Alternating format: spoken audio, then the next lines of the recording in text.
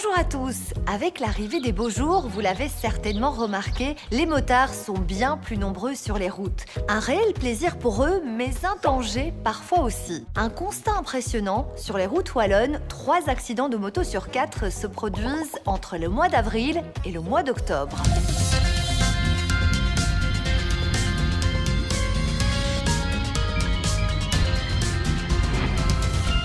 Avant de prendre la route, il est bon de contrôler différents éléments de votre moto. Obligation pour les motards, toujours circuler les feux allumés. Un check des ampoules est donc essentiel. Attention également à vos pneus. Si vous n'avez pas roulé pendant l'hiver, il se pourrait qu'ils soient un petit peu dégonflés.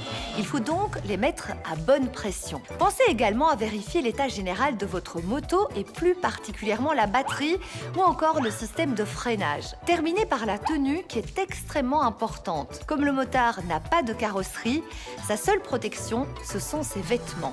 Olivier, concrètement, comme motard, qu'est-ce que je dois porter comme tenue? Tout d'abord, il faut se protéger la tête avec un bon casque. Je rappelle qu'il faut une homologation communautaire européenne et on trouve la preuve de cette homologation sur la mentonnière du casque. Attention, il y a des casques non homologués qui sont vendus. Vous pouvez les utiliser sur un terrain privé, mais pas sur la voie publique, au risque d'un PV, mais aussi que votre assurance n'intervienne pas en cas de chute. Et par rapport à la tenue, je dois porter une veste de motard, des gants aussi? Oui, il faut se couvrir à présent de la tête aux pieds. Il faut une veste et un pantalon. Les deux peuvent être remplacés par une combinaison. Il faut aussi des gants et aussi des bottes ou des bottillons qui protègent les chevilles. Et donc, de simples chaussures basses ne conviennent pas. Et en ce qui concerne l'été, si j'ai envie de mettre un short, qu'est-ce qui se passe? C'est très dangereux parce qu'en cas de chute, évidemment, vous allez vous faire très mal. Il faut se couvrir de la tête aux pieds. On n'a pas le choix, même s'il fait chaud.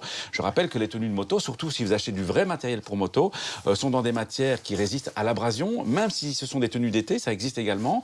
Et il y a aussi des protections pour les chocs. Donc, vraiment, il faut privilégier l'équipement du motard. Voilà pour les conseils techniques, la tenue ou encore le rappel de la loi. Reste à vous remettre en selle tout en douceur. L'objectif, c'est de se réhabituer progressivement à la moto et à la circulation.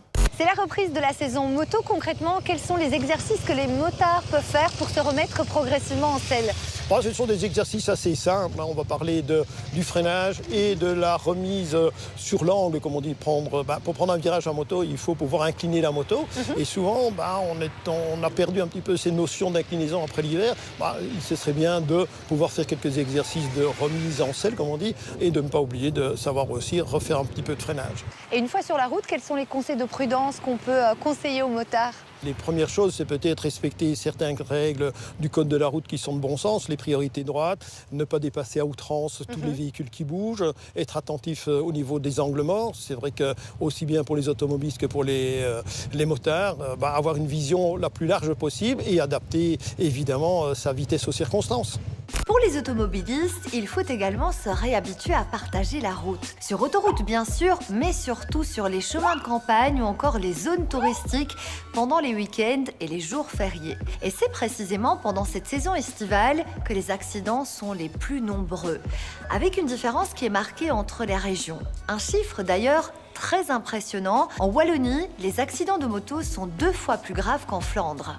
Alors tout d'abord, il faut rappeler que sur la période 2007-2017, on a constaté 2 tiers d'accidents de moto en moins. Mais c'est vrai qu'en 2018, il y a eu une augmentation de ces chiffres d'accidents de moto. La météo y est évidemment pour quelque chose, puisqu'il a fait vraiment très très beau. Et donc forcément, quand il fait beau, il y a beaucoup plus de motards sur la route, ce qui augmente ces statistiques.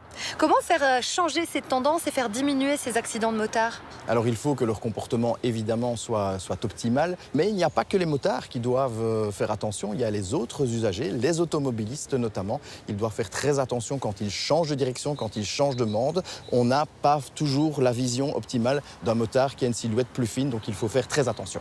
En résumé, pour une bonne reprise de la saison moto, faites un check complet de votre matériel, reprenez la route tout en douceur et protégez-vous avec une vraie tenue de motard. Pour les automobilistes, souvenez-vous que vous n'êtes pas tout seul sur la route.